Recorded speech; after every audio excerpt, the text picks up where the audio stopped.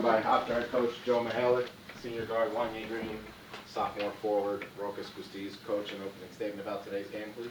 Well, you know, we just in the locker room just talked about we talk about this a lot. And I don't know if the guys really understood it, and maybe after tonight's experience they will understand it better. It's the idea of respect. When you play this game, you respect yourself, you respect the game, and you respect your opponent. And you know, some of those components were missing. Maybe all of them were missing that first half. But the second half, I felt like we did that. We played the game the right way. So, you know, I think you got to give a lot of credit to Molloy. They were scrappy.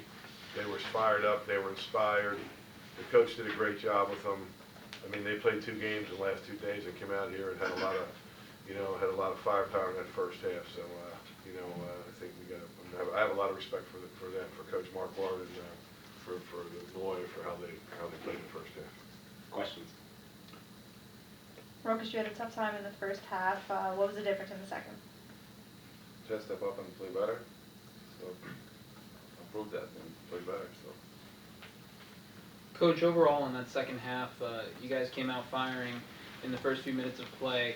What was the mindset? Were you trying to change anything? Did you make any adjustments in the second half, or did you just tell them to play better and execute? Yeah, no, I think it was no technical adjustments at all. In fact, it was less of that. It was more like, okay, and I'm not trying to be a wise guy. Guard your man, and make sure we rebound the ball, and then let's you know, do what we do in transition and try to speed up the game a little bit. But you know, it wasn't anything like that. You know, nothing really technical. You know, like you asked a good question about Rock. I mean, I think that, you know, sometimes Rock, nobody works harder than this guy. I think he might have been just trying a little too hard. He was just moving too fast in there. He was missing some chippies, and so I'm really proud of him for the second half, the way he played, to get his composure, realize you can just if you slow it down, you can be still quick. You know, there's a basketball expression: be quick but don't hurry.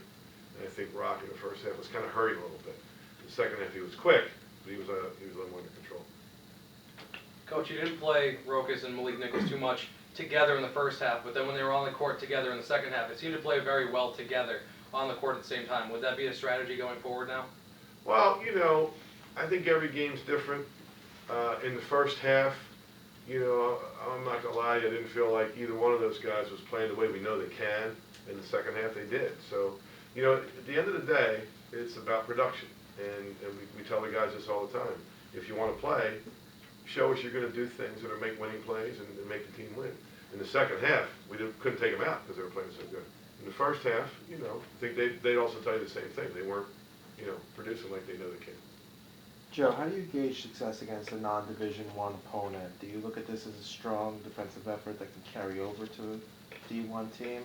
Well, I hope so. I mean, you know, we talk about playing the game the same way. Division I, Division II, Division III. I mean, there's, you know, and like I said earlier, you know, just respect the game who you're playing. I mean, this team that we play tonight, they're in the same league as St. Thomas Aquinas. St. Thomas Aquinas beat St. John's by 32 points. This team scrimmaged Adelphi. Adelphi beat Manhattan. This team scrimmaged Adelphi and buried them, destroyed them. And then Iowa lost to a Division II team. So, you know, it's happening out there. It's happening out there. And so, you know, if you don't play the game the right way, you're not going to get better. And yeah, you can get better. Just play the game the right way. That's the habits of playing the game the right way. Wanye, you were one of the more consistent scorers in that first half, where the team struggled a little bit. What was your approach, and what were you seeing from Molloy that allowed you to be successful? They was going under on a lot of my ball screens. So you know, as soon as they would get stuck, I would just drive the lane and try to make a play for myself and for my teammates. So that helped out a lot. Coach, there was 25 fouls in Molloy the entire game, 14 for your team. Do you think that fouls are having a big impact on the game so far? I do, and I think they're having an impact on me because I probably, you know, probably worry too much about it, but it's because I'm worried about everybody getting used to it, the players and the referees and the coaches. You know, like I'm probably complaining a little too much out there. As I've said to the referees, you know, I know it's not like me to complain. As I said to the referees, with the emphasis now on freedom of play and freedom of movement and more, call it more hand checks and things like that, coaches now think everything's a foul, and that's not fair to the referees. They have an impossible job out there. I don't know how they do it. And I think this is making it even tougher for them. So, you know, fouls is, it's gonna be a topic in college basketball here for a little while. I was just wondering, either you guys would go into St. Thomas this weekend, is there something in particular you're looking forward to with regard to the level of competition or anything else like that? Just playing against a good big team, Florida State. We know you got to bring everything and bring our A game, so we got be in our P's and Q's from the beginning of the game. And Coach, just on that, your thoughts on the rest of the field too, and what this trip might do to help with the development early in the season for this team? Well, I mean, it's an honor to be invited to the tournament. It's a prestigious tournament. It's the one everybody wants to go to. So, you know, we really appreciate what Jeff Hathaway's done for us to get us this opportunity to go there and play in this tournament. And you know, whether it's this game tonight or the 3 games we play down there, the idea is to get us ready for league play so that we can be one of the best teams in the league and hopefully at the end of the year have a chance to win the tournament. Coach, you have your first 2 games here at home. You win both of them. Now you're not going to be at home for some time. What did it mean? What was the atmosphere like playing at home here at Hofstra, and what did your team get a sense of in these first 2 games? It's always good to be at home. It's always good to be at home. No doubt about that.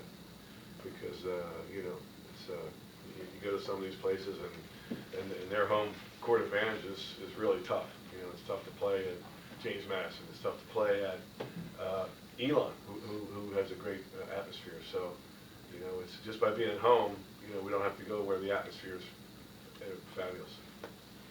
Joe, it was a impressive performance from Justin today.